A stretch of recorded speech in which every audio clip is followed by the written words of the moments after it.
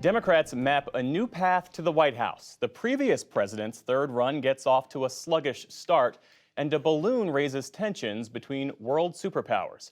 For analysis of the week's news, Brooks and Capehart. That's New York Times columnist David Brooks and Jonathan Capehart, associate editor for The Washington Post. It's great to see you both. Hey, Jeff. And let's start with the race for the White House. Donald Trump's third presidential campaign appears to be off to a slow start. His fundraising haul is less than what he certainly expected. His support among a key part of his base, white evangelicals, has splintered. Still, he's a known quantity. His base of support is larger than his prospective GOP rivals. What's your assessment of his standing right now? I think right now he's sinking. The polls are all over the place, but the higher quality polls show significant slippage.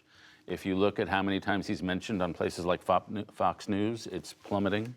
If you listen to talk radio, friends of mine who listen more to conservative talk radio than I do, say there's hostility. When he said he wouldn't necessarily endorse the Republican candidate, there was bitterness and hostility toward Trump, which you don't often see in that quarter. He's running a much more conventional campaign. You know, in 2016, he was sort of the witty outsider. Now he's running a normal campaign where he's trying to woo the Republican establishment.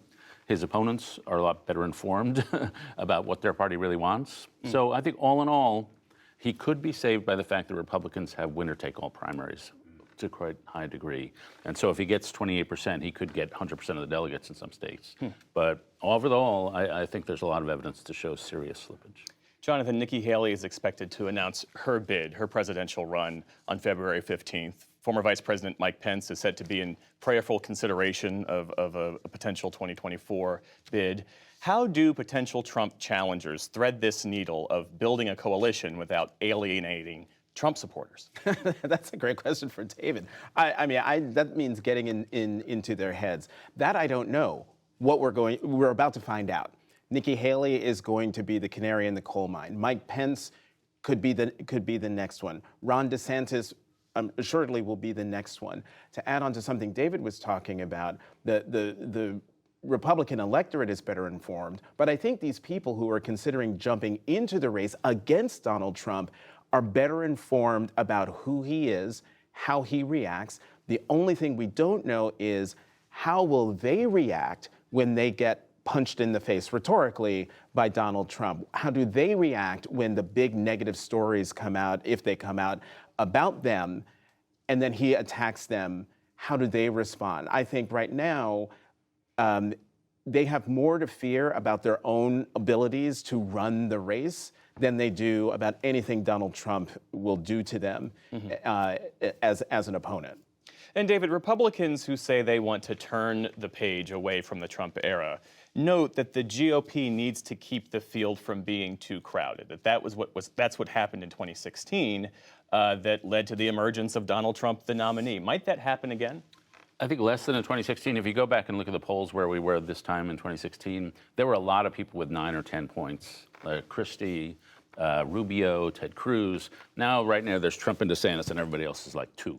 And so right now, it's those 2. And if it gets down to Trump and 3 others, I think the pressure on 2 of those 3 others to drop out will be enormous. The thing that I'm curious about with the Republican field is, will the electorate split into 2 wings? Will there be a Trump wing, which could include both Trump and DeSantis, and then a regular Republican wing, which could include people like Larry Hogan, the former governor of Maryland, and Glenn Youngkin, the governor of Virginia. And so it could be that Trump and DeSantis are fighting over some of the same voters. I'm not sure the party will split that easily, but it could. Well, let's talk about Ron DeSantis, because the Florida Republican governor, widely expected to run for president. The College Board this past week, they changed the course offering for their AP African American Studies course following criticism from Ron DeSantis and other Republicans. We spoke to the CEO of the College Board on this program this past week, and he said that the changes that were made to the course had nothing to do with the public discussion, with the criticism that the College Board faced. Take a look. The revisions were complete by the end of December, far before this public discussion. And when the revisions were based only on 2 sources: the feedback from professors and students and teachers in the pilot course, and returning to principles that are true of every single AP course. Do you buy what the College Board is saying? I do. I do. We're talking about academics.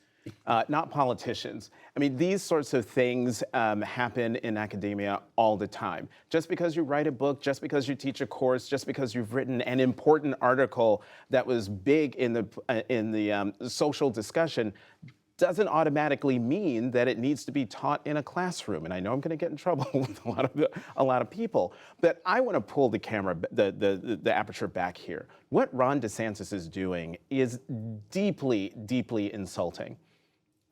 What he's basically saying to the nation and to African Americans in particular, it's that your role in the building of this country, the maintenance of this country means nothing.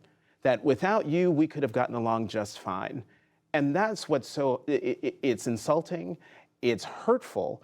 And think about this, Jeff. The fact that you and I are sitting here right now, you in an anchor chair, me as a guest, on television, could that have happened 50 years ago, 100 years ago, 1619? No, it couldn't. It couldn't have. And one thing I like to remind people, particularly young people, history is not really history when you're talking about African Americans in this country. My cousins and I are the first generation in my family to not have to pick cotton. We are the first generation that did not have to live under Jim Crow. I'm 55 years old. That's how long this has been a democracy. So Governor DeSantis, if you want Americans to truly understand how great this country is, you cannot understand how great this country is without filling in those gaps and holes with the history of African Americans in this country. David? Yeah, I've known David Coleman a bit over the last several years who you interviewed. He's always struck me as a remarkably upstanding guy, a guy who's very fair, meticulously wants everybody to feel represented in this test. So I take him at his word, and I think they have documents, dated documents, showing they made the changes. I would have told him after the DeSantis thing, like, wait a month. Like, show some political ear, because there are people, David Blight, who wrote a magisterial biography of Frederick Douglass, he said, wait, what's going on? So there's questions people have. But I take them at their word that, you know, the big change was they realized high school students don't like theory, they like primary documents. Well, I could have told them that. I mean, I know high school students. But so I think that on the one hand, and then I agree with Jonathan on DeSantis, that at any time in American history, one needs to be forward-leaning about African American history. That's been true and should have been true since 1619. It certainly should have been true today. I mean, I'd ask Ron DeSantis to go to the African American History Museum. It's a very fair portrayal of American history and a very moving. They've done it. They have Clarence Thomas is in their museum, Susan Rice is in the museum, Condoleezza Rice. So they span the diversity of Black history. And so you can do that. And I trust that at the end of the day, this curriculum will end up doing that. Well, in the time that remains, let's talk about what Democrats are going to be doing this weekend. They're going to vote on this new primary calendar proposed by President Biden that would do a number of things. It would remove Iowa from its primary position. It would push South Carolina forward in the calendar, followed by New Hampshire and Nevada 1 week later, and then primaries in Georgia and Michigan. Jonathan, what's your assessment of this new strategy here? I mean, those states are more representative of our country than Iowa going first, New Hampshire going next. The Democrats tried to rectify the situation by adding Nevada and then South Carolina. But look, this country is changing quickly. And if we're going to have a country, if we're going to have an electorate that looks like the country voting for the president, we've got to change the system. And I think that the way that works, those states are great. My only question is, 1 week after the other, that's the thing that gives me a little pause, not the states. What about that? I mean, we expect President Biden to make his intentions known after the State of the Union address. He said to not want to deliver that address as a candidate. He wants to deliver it as a president.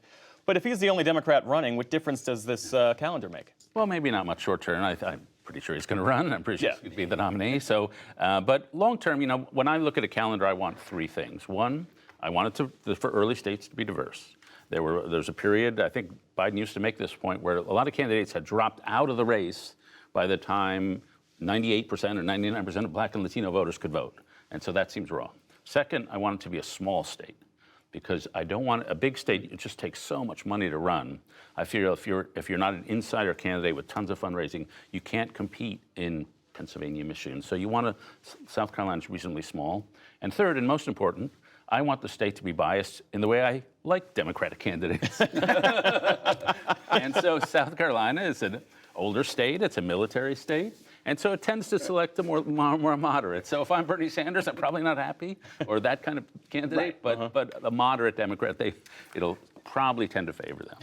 David Brooks and Jonathan Capehart, thanks as always for your insights. Thanks, Jeff.